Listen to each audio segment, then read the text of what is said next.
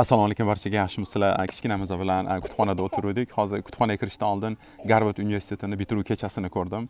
Bitiruv kechasida musulmon o'quvchi qiz hijobda o'zini o'sha bitiruv kechasi nutqini Iqro, ya'ni Al-Alaq surasini bilan boshladi. Menga juda ham yoqdi. Hozir qizim hozir.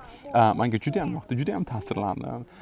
Birinchidan Garvard, ikkinchidan bitiruv kechasi, uchinchidan insoniyatga birinchi o'sha insoniyatga Qur'oni Karim berilganda payg'ambarimiz Muhammad Mustafa sallallohu alayhi vasallam orqali Iqro bismi robbikallazi xalaq, ya'ni mehribon va rahmdil yaratgan zot nomi bilan o'qi. Bu Garvard universiteti musulmon hijobli talaba qizni shu oyat bilan nutqini boshlashi menga juda ham ta'sirlanib ketdim-da. Shuning uchun ham shu videoni qo'yaman.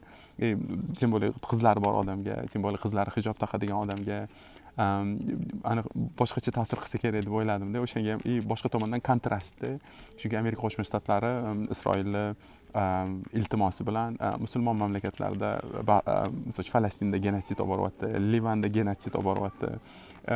Qanaqadir o'xshamaydiganda. Shuning uchun ham nima deydi, o'sha Garvard universitetida dunyoda ilg'or o'rinda turadigan Garvard universitetini bitiruv kechasini Qur'oni Karim tilovati bilan boshlanishi bu odamlarga umid beradi. Shu bilan birga O'zbekistondagi universitetlar menga ko'pincha iltimoslar keladi-da. Bizning so'rovnoma keladi. Biz universitetimizni topga chiqarmoqchimiz. O'sha topga chiqarishimiz uchun, ya'ni zo'r universitet qilmoqchimiz. Bizga mana shu so'rovnomani ijobiy qilib to'ldirib bersangiz debdi. Men bilmaydigan universitetlardan iltimoslar keladi.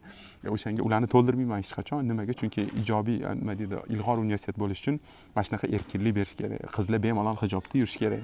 Qizlar, o'g'il bolalar bemalol o'zini nima deydi, ibodatini qilib yurish kerak. Mana ilg'or universitet qanaqa bo'ladi-da. Shuning uchun ham Amerikadagi millatdoshlarimiz, dindoshlarimiz, O'zbekistondagi millatdoshlarimiz, dindoshlarimizdagi mana shu bitiruv kechasidagi Qur'oni Karim tilovati bilan boshlanishi bu hammamizga motivatsiya bo'lishi kerak deb o'ylayman. Men juda ham ilhomlandim.